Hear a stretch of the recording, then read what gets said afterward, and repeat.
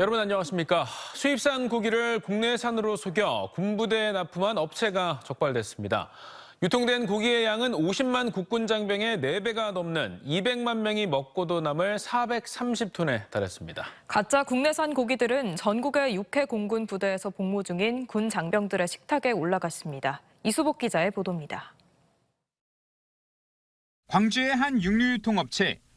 국내산으로 표시된 돼지고기들이 한가득 쌓여 있습니다. 하지만 농산물 품질관리원 단속반이 시료를 떼어내 돼지열병 항체검사 키트에 가져다 대자 한 줄이 뜹니다. 돼지열병 백신을 맞아 항체가 있는 국내산과 달리 항체가 없는 수입산입니다. 그건 안 나왔잖아. 실제로 업체의 냉동창고에는 스페인과 미국 등 7개 국가에서 수입된 소고기와 돼지고기들이 보관돼 있었습니다. 국산으로 둔갑한 수입산 고기들은 군납업체를 통해 양념돼지갈비 등으로 재가공돼 전국의 군부대로 납품됐습니다. 업체 대표는 이 고기와 함께 국내에서 도축했다는 가짜 도축 증명서를 제출해 군납업체마저 감쪽같이 속였습니다. 이렇게 육군 전부대와 해군과 공군 일부 부대로 유통된 고기의 양은 436톤, 50만 국군 장병의 4배가 넘는 200만 명이 먹고도 남는 양입니다. 원산지를 거짓 표시해서 납품한 물량은 육군은 대부분의 부대가 들어가 있고 일부는 해군과 공군으로도 들어갔습니다. 지난 2021년 9월부터 2년 넘게 원산지를 속여 13억 원의 부당이득을 챙긴 혐의를 받는 대표 60대 A씨는 육군 중앙수사단 자체검사에서 처음 덜미를 잡힌 이후 농산물 품질관리원 수사로 사건의 전모가 드러났습니다. 농관원은 전산자료를 조작하는 등 증거인멸까지 시도한 A씨를 구속하고 범행을 도운 격리 담당 직원도 기소 의견으로 검찰에 넘겼습니다. TJB 이수복입니다. 전국 의대 정원이 기존보다 2,000명 늘어나면서 충청권 의대 정원이 얼마나 증원될지 관심이 모아지고 있습니다. 충청권 7개 의대 정원은 모두 421명으로 미니 의대인 건양대는 49명에서 120명, 을지대와 단국대는 40명에서 100명으로 2배 이상 확대를 요구하고 있습니다. 대형 의대 중에서도 순천향대가 93명에서 150명으로 정원을 늘려달라고 요청했고 충남대도 110명에서 300명으로 정원 확대 의사를 보건복지부에 밝힌 바 있습니다.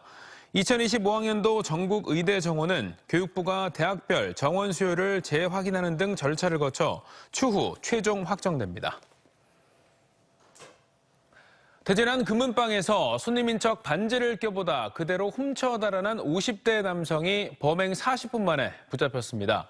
이 남성이 주민등록이 말소된 상태여서 자칫 장기 사건으로 이어질 수 있었는데 버스터미널에 출동한 경찰의 남다른 눈썰미로 출발 직전 버스에 타고 있던 범인을 검거할 수 있었습니다. 양정진 기자의 보도입니다. 대전의 한 금은방. 한 남성이 금반지를 살 것처럼 손에 끼워보더니 결제하려는 듯 카드를 내밉니다. 정지된 카드라고 나오자 잠시 누군가와 통화를 한 남성. 또 다른 금반지를 손에 끼워보더니 그대로 달아납니다. 엄청 놀랐어요. 진짜 말할 수 없이 카드 풀린 줄 알고 그랬더니 바로 중량을 좀 큰 걸로 달라 그래갖고 바로 다른 걸 보여줬더니 그냥 갖고 도망가더라고요. 신고를 받은 경찰은 남성이 타 지역으로 달아날 가능성이 높다고 보고 대전 복합터미널로 출동해 추적에 나섰습니다. 남성은 결국 범행 40분 만에 이 금은방에서 1km 정도 떨어진 버스터미널에서 붙잡혔습니다.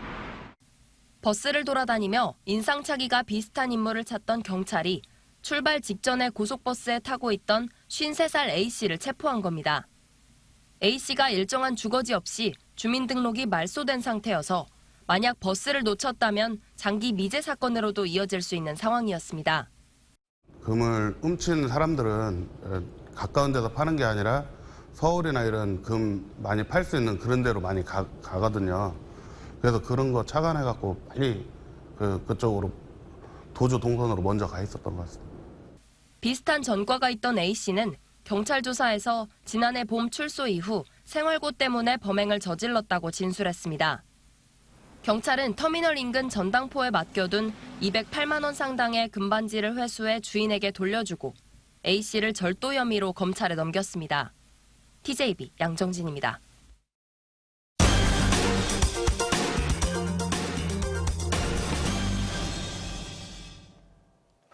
천안시와 아산시가 법무부 산하 출입국 이민관리청 유치를 본격 추진합니다.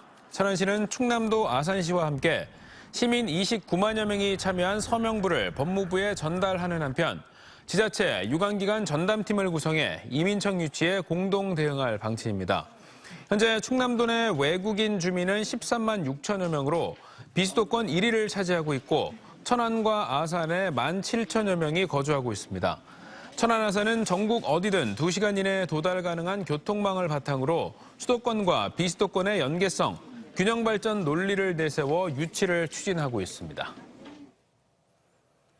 윤석열 대통령이 이태원 참사 특별법 거부권을 행사한 것과 관련해 충남 시민사회단체 연대회의와 충남 민중행동이 기자회견을 열고 유가족과 국민의 가슴에 대못을 박은 것이라고 비난했습니다. 이들은 집권 2년도 안 되는 동안 윤석열 정부가 9차례 거부권을 행사한 것을 규탄한다면서 거부권 남발을 중단하고 노동자와 국민들이 안전하게 살 수 있는 권리를 보장하라고 요구했습니다.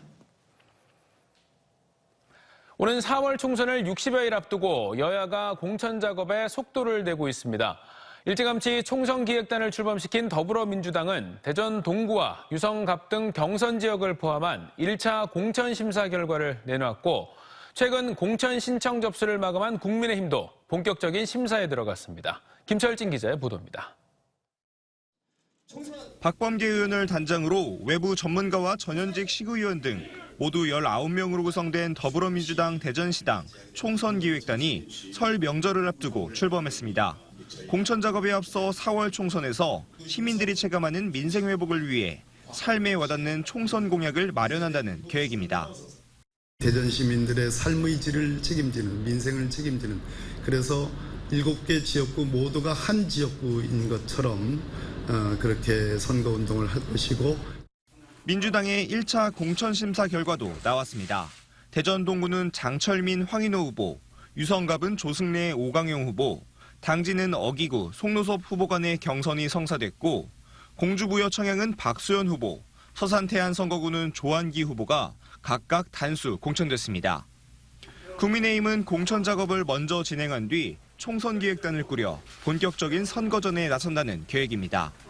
최근 공천 신청자 접수를 마무리한 국민의힘에선 서산태안 성일종 의원과 대전 유성을 이상민 의원이 단독으로 공천 신청을 마쳤습니다. 특히 더불어민주당에서 당을 옮긴 이상민 의원의 경우 공천이 유력한데 민주당 텃밭인 유성을에서의 승리로 충청권 바람을 일으킨다는 계획입니다. 국민의힘은 무엇보다도 그 집권 여당으로서 팀워크를 잘 이루고 결속해서 지역을 발전시킬 수 있도록 할 수 있는 유일한 정치 세력이다. 여기에 국민의힘에선 설 연휴 전후로 현역 컷오프 결과 등 공천 윤곽이 드러날 것으로 예상돼 4선 이상의 충청권 중진들의 생환 여부에도 남다른 관심이 쏠리고 있습니다. TJB 김철진입니다.